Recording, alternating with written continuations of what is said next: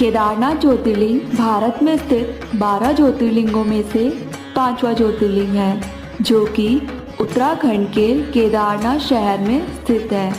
यह मान्यता है कि जो भी व्यक्ति इस ज्योतिर्लिंग के एकमात्र दर्शन करता है, उसे भगवान शिव की असीम कृपा प्राप्त होती है और वह व्यक्ति अपने सभी पापों से मुक्त हो जाता है।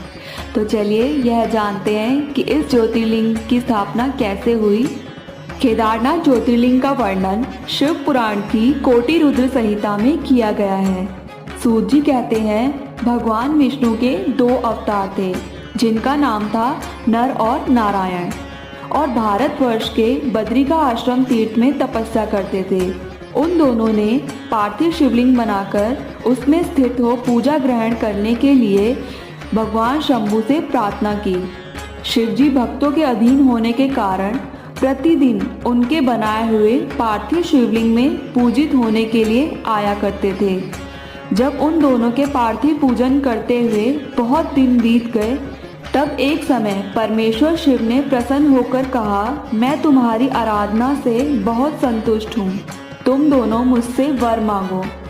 उस समय उनके ऐसा कहने पर नर और नारायण ने लोगों के हित की कामना से कहा, देवेश्वर, यदि आप प्रसन्न हैं और यदि आप हमें वर देना चाहते हैं तो अपने स्वरूप से पूजा ग्रहण करने के लिए यहीं स्थित हो जाइए।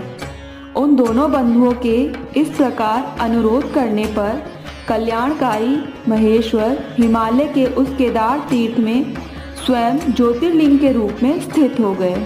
उन दोनों से पूजित होकर संपूर्ण दुख और भय का नाश करने वाले शंभु लोगों का उपकार करने और भक्तों को दर्शन देने के लिए स्वयं केदारेश्वर के नाम से विख्यात हुए।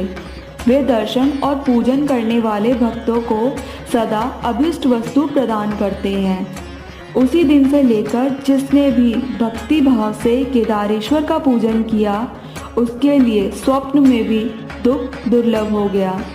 जो भगवान शिव का प्रिय भक्त वहाँ शिवलिंग के निकट शिव के रूप से अंकित वलय, कंकड़ या कड़ा चढ़ाता है, वह उस वलय युक्त स्वरूप का दर्शन करके समस्त पापों से मुक्त हो जाता है, साथ ही जीवन मुक्त भी हो जाता है।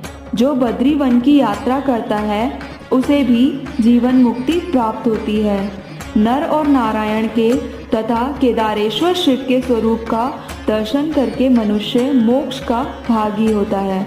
इसमें संशय नहीं है, केदारेश्वर में भक्ति भाव रखने वाले जो पुरुष वहाँ की यात्रा आरंभ करके उनके पास तक पहुँचने के पहले ही मार्ग में मर जाते हैं, वे भी मोक्ष पाते हैं। केदार तीर्थ में पहुंचकर वहाँ प्रेम पूर्वक केदारेश्वर की पूजा करके वहाँ का जल पी लेने के पश्चात मनुष्य का फिर जन्म नहीं होता। इस भारतवर्ष में संपूर्ण जीवों को भक्ति भाव से भगवान नर नारायण की तथा केदारेश्वर शंभु की पूजा करनी चाहिए। तो ऐसे हुई थी केदारेश्वर ज्योतिर्लिंग की स्थापना। और भी ऐसी पौराणिक कथाओं को जानने के लिए मेरी चैनल पर बने रहें। वीडियो अच्छा लगा हो तो लाइक एंड शेयर करना ना भूलें। हर हर महादेव, जय श्री महाकाल।